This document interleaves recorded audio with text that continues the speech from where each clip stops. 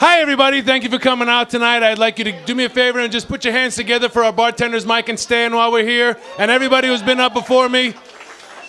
I realize I speak in caps lock. I hope you guys don't think that I'm shouting at you. I'm not. I just have that voice that sounds like... Should I do my FM voice instead? Let's get back to the weather. Is that better? Don't want you to be alarmed. All right, let me get to a couple of things. You guys haven't seen me in a couple of weeks. My wife asked me for a divorce the other day. Yes. Yes, don't be, this is fucking awesome.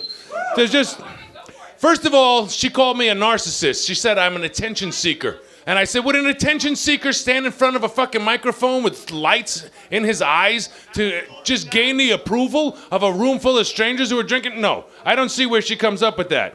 She tells me things happen to me that don't happen to normal people. That was one of her phrases. Things happen to you don't happen to normal people. I had my freckles blown off in an explosion when I was 22. I was a fully freckled Irish kid until an explosion. I paralyzed myself from the waist down stealing boulders to landscape my front yard. It's called karma. Google it.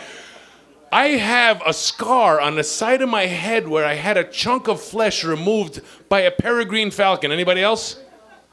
I'm the only one who's had a peregrine falcon attack them in somebody's kitchen. I walked into my friend's house. The guy lived in New York City. They owned the lot next to their house, and they kept farm animals like pigs and goats and shit. We walk in the house, and he says, duck. And I didn't want to be the idiot who steps on a duck puppy because they're cute. So I looked down, and a fucking falcon hit me in the head. What happened is, this guy was the tallest one in his house at 5'9", so anything over 5'9" was the falcon's airspace. And when he said duck, I was supposed to duck. I said, fuck, if you'd have said falcon, I would have ducked, you fucking idiot. Now, Monday, I'm having my 8th knee surgery.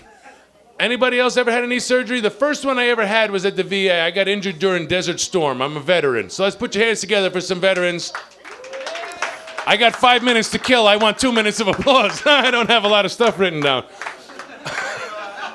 They denied my claim because, according to them, technically I was drinking and playing bar basketball after I had been discharged, which is probably not fair to me or them either.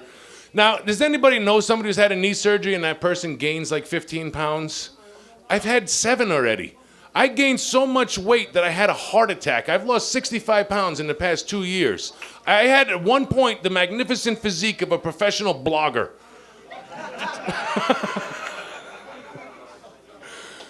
When I had the heart attack, I went to Summerlin Hospital. I told my wife, just drive me to the hospital. I don't know what's wrong. I posted that I had a massive heart attack and 6 people click like. That's not fucking nice. I just want to say that out loud right now. Fucking heart attacks are painful. That's why you wish them on people, because it feels like a Charlie horse in your chest. It's not a lot of fun.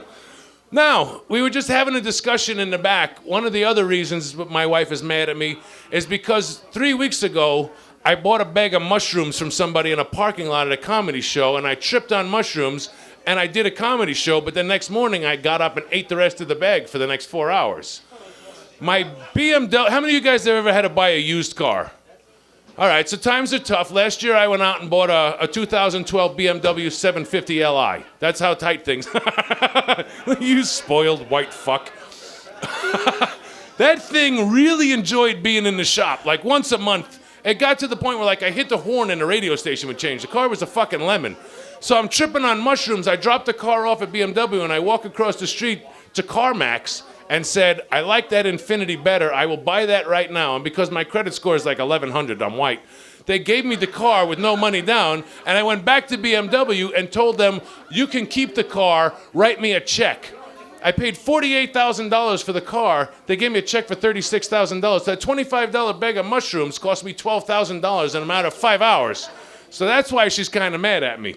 The last thing I want to say before I get out of here, I had done this people know me as the representative for white people west of the Rockies. That's my real persona. I am. I had done the routine one night, and this guy came up to me and says, I love the way you tied everything together, and it started out and it did this, and it just ended up, that was genius. And I was like, that's pretty fucking harsh to call me a genius. I may have some good ideas here and there, but I was 40 years old before I remembered to bring a towel to the sink so I didn't drip water all over the floor. 40 is a long time to fucking not pick up. Anybody shaves started out my age with a double-bladed blue Gillette razor. And then I found out about the 3-blade razor a few years into it, and a 4-blade razor, and a 5-blade razor, and I got a battery-operated one that vibrates. Best shave I ever had in my life, replaced every other razor. Then I got a toothbrush when I was a kid, and we used regular toothbrushes. And then recently I bought one with a battery. It vibrates. Replaced every other toothbrush I had, which explains what's going on in my wife's underwear drawer, and that's why I'm getting divorced. Ladies and gentlemen, the battery-powered thing. My name is John Gilligan. I want you to keep the applause going. Give it up for Mike, our host, our bartenders, Mike and Stan, and yourselves for coming out tonight. Thank you very much.